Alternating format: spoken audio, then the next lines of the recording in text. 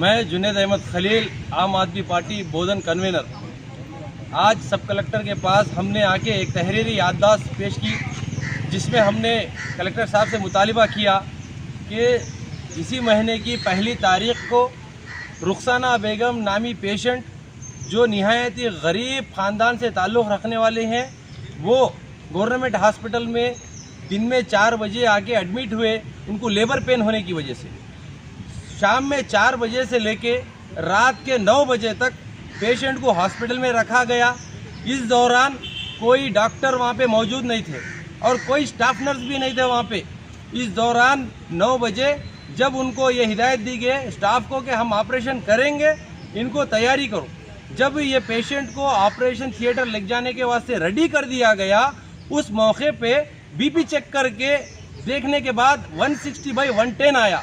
160/110 आया बोल के मैं इसलिए कह रहा हूँ कि इसके अंदर जब रिफ़र ये लोग करते हैं तो इसके अंदर बीपी लिखते हैं। जब हॉस्पिटल के अंदर ऑपरेशन थिएटर में लेके जा रहे पेशेंट को 160/110 है, वो टाइम पे गायनेकोलॉजिस्ट डॉक्टर पेशेंट को डिलीवरी ऑपरेशन करने से मना कर देते और उनको निज़ामाबाद के लिए रिफ़र कर देते। 4 घंटे लेबर पेन से तड़पने वाली बच्ची, जिसके पेट का पानी खाली हो गया, बच्चे की तकलीफ बढ़ गई और गायनेकोलॉजिस्ट डॉक्टर फ़ोन पे हिदायत दे रहे, फिजिकली विजिट नहीं करे, रिफ़र के अंदर उनकी साइन नहीं है।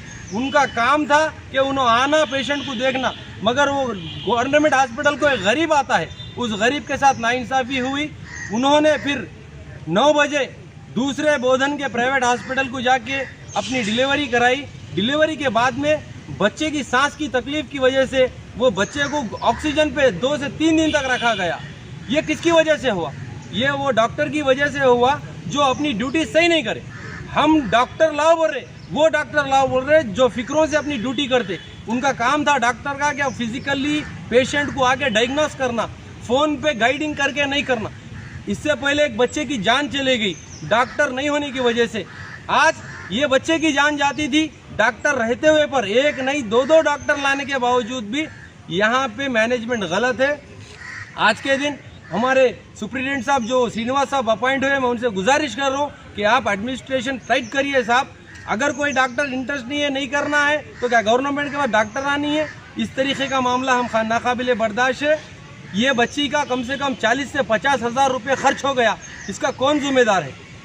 5 घंटे फिर आप क्यों रख लिए जब आपको नहीं करना है? बीपी क्या डिस्ट्रिक्ट हॉस्पिटल में एक जनरल फिजिशियन नहीं है बीपी को कंट्रोल करने के वास्ते? क्या डिस्ट्रिक्ट हॉस्पिटल में एक दूसरा डॉक्टर नहीं है कि 160 बीपी को कम करने के वास्ते? ऑपरेशन थिएटर में लग जाते वक्त में वो पेशेंट को रिफ्यूज़ कर देना, ये गलत है, सरासर गलत है। हम इसकी मजम्मत कर रहे। आने वाले दिनों में हम सब कलेक्टर साहब से डिमांड करें वो जो भी डॉक्टर है उन पर एक्शन होना और आने वाले दिनों में ऐसे गलती दोबारा नहीं होना। और मैं कांग्रेस हुकूमत से भी गुजारिश कर रहा हूँ कि आप इस छोटे छोटे चीज़ों के ऊपर नज़रअंदाज मत होइए। टीआरएस अपनी इख्तिदार से जाने की वजह यही है, 5 साल देखे देखे तो ख़त्म हो जाते। कल के दिन आपको भी इसी का जैसा टीआरएस को सामना करना पड़ा, आपको भी सामना करना पड़ेगा। मैं हुकूमत से डिमांड कर रहा हूँ कि वो पेशेंट को जहाँ कहीं भी है उनका डिटेल्स निकाल के उनको मिल के उनको कंपेंसेशन देने का भी मैं इस मौके से डिमांड कर रहा हूँ। जय हिंद, जय आम आदमी।